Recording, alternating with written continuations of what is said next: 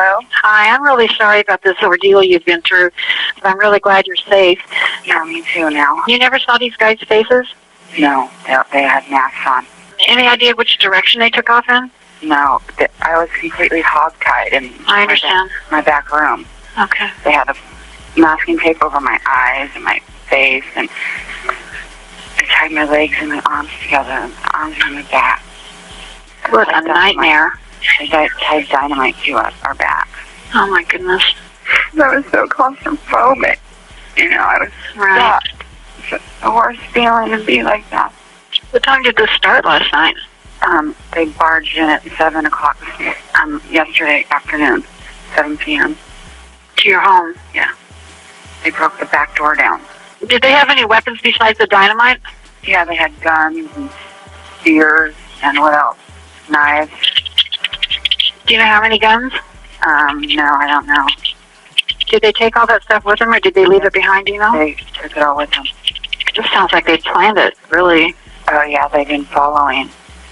My roommate, Michelle, said for months. Does Michelle work at the bank? Yeah, she's the manager. Oh, she's the manager. You're the roommate? Yeah. Do you work at the bank? No.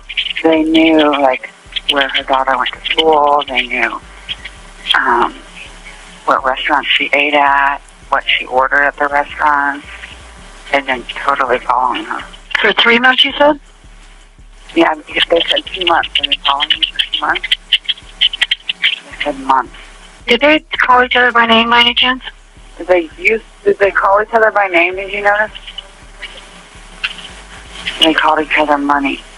Okay, she had 2 people come in yesterday to the bank, and she said one of the guys she thinks is him because of his eyes. She noticed his eyes when he came into the bank yesterday, and he had the same eyes as the guy with the mask on. Did he produce any ID at the bank yesterday? He gave her a business card and said that they were going out of town. Before the robbery, 35-year-old Michelle Renee and her daughter got home around 6:30 p.m. They were going to make homemade pizzas but sat down on the couch to play Game Boy together. In a blink of an eye, her life changed. The back door to our house just came crashing in with a sound that is completely indescribable. There were 3 men all dressed in black and masks rushing towards us, SWAT style, in line. They grabbed us, threw us to the floor. One man was on my back, guns to my head, and the duct tape started to unroll and rip.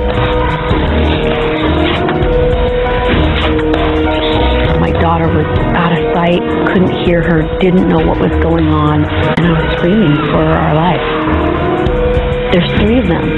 There's nothing, absolutely nothing I could have done to protect her. After switching off all the lights, they taped up the mother and daughter while holding them at gunpoint. The intruders told Renee that they had been following her for weeks, saying, God damn, what would y'all do if y'all found out somebody been following you, right? Excuse me. Somebody's been following you, right? And then all of a sudden some crazy robbery or some crazy shit happened. Like, how would y'all feel about that? that they knew everything about her, as well as asking her when her roommate Kimbra would be getting home. At 11 p.m., she arrived and was duct taped too. They were really, really graphic with their sexual talk, super bad. A video shot by the FBI after the break-in, the single mother recalled one of the most devastating parts of the ordeal. I heard my daughter say, "Are you going to kill my mommy? And are you going to kill me?" And they said, "No, not if your mommy does everything that we tell her to do." The 3 men had walkie-talkies on them, and when Renee heard a female voice, she recognized it immediately. Earlier that day, that woman had visited the bank with her boyfriend. When the lights came on briefly, she saw that the ringleader of the 3 was the same man she had seen in the branch. She recognized his eyes through his mask. They were held hostage for 14 hours until the next morning. Before they took Renee to rob the bank she worked at, they strapped sticks of dynamite on the hostages' backs. She found Kimbra on the bed and Bria in the closet, right where she'd left her. The intruders taped Kimbra's eyes and mouth shut and shoved her down on the bed. They pushed the 7-year-old into a closet. Renee had to drive to the bank with the ringleader crouched behind her, holding a gun to her back. She walked into work trying to act normal, At 8:50 a.m., an armored truck arrived, after which all the money was in the vault. That was her cue to carry out the robbery. Since the bank had a policy that 2 people must be in the vault to take out money, Renee asked a teller to join her. The employee was completely unaware of the situation unfolding and the dynamite strapped to the bank manager. However, once they were inside together, the woman told the teller what had happened. After stuffing a duffel bag with $360,000 worth of cash in the vault, Renee said she had an appointment to go and left. The gunman drove her to a nearby apartment complex, let her out of the Jeep, and told her to walk back to where the vehicle would be standing and go straight home. Renee drove the whole way with the dynamite still taped to her back. When she got home, she found Kimbra and Bria right where they had been before she left, but one of the men had ripped their dynamite sticks. The intruders were gone. Once Kimbra had taken the dynamite off Renee's back, the 3 ran to a neighbor's house frantic for help. Police, the FBI, and the bomb squad arrived soon after. Much to the victim's belief, the terrifying dynamite was fake.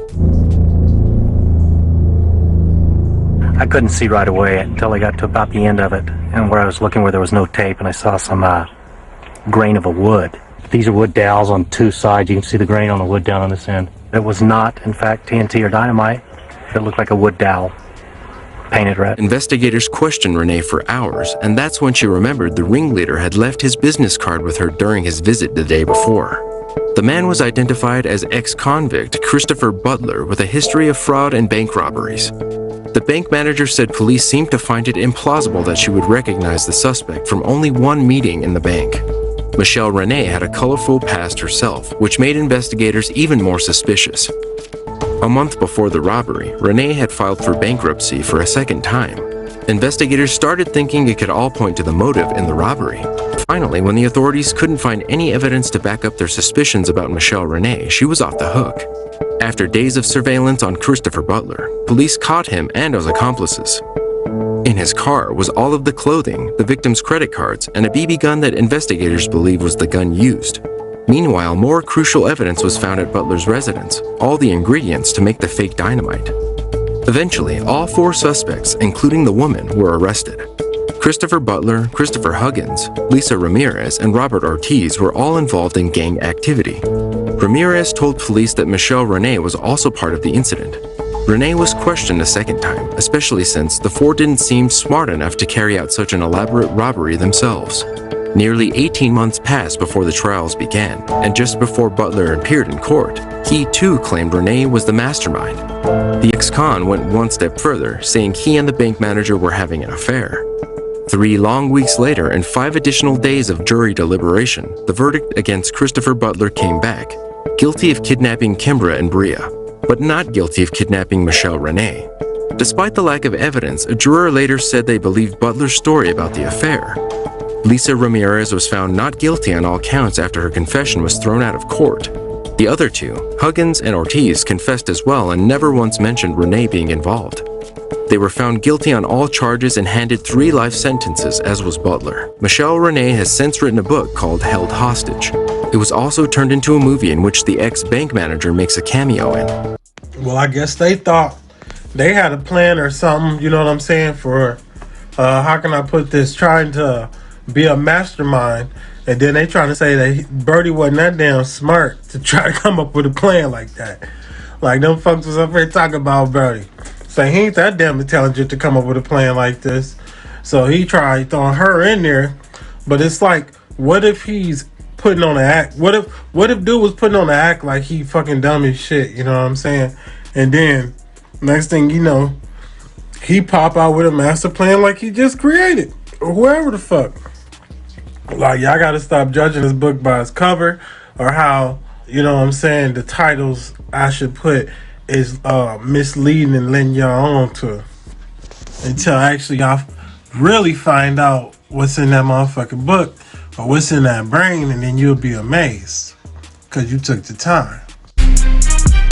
This story out of New York City is heartbreaking. This is Ethan Holder, a 19-year-old teacher's assistant at a public school in Brooklyn. On Monday afternoon, while heading home from his job, Ethan's tailed by this guy in a red hoodie, red do-rag, and black coat. The guy opens fire 4 times, striking Ethan in the head before taking off. Ethan then crawls into this deli where he collapses. He was soon taken to the hospital where he died yesterday. Police claim the shooting took place in gang territory, but Ethan wasn't part of any gang. The NYC schools chancellor wrote on Twitter that he was heartbroken and outraged by the senseless random act, and that educators, students, and families deserve better than living with the threat of gun violence. The 19-year-old suspect in the shooting has since been arrested and faces multiple charges, including murder.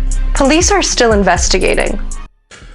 Well, y'all know I took a little break from talking about these kids and how they just throwing their life away with these senseless murders and shit, you know what I'm saying? I mean, in gang territory, come on now. We gotta stop doing that shit. Just like people gotta stop with that check-in shit. Because for the simple fact, if you really think about it, hey, if them people say check-in, ain't nothing you can do. Or hide. Like, that's just gang territory. That's just crazy. We need to do better. That's all I can say on this situation. Just for the simple fact, I mean, it was senseless, pointless. 2 lives are taken for no reason. Every day, every minute, every hour. It's like, this shit just don't get better. It just seems like it's getting worse.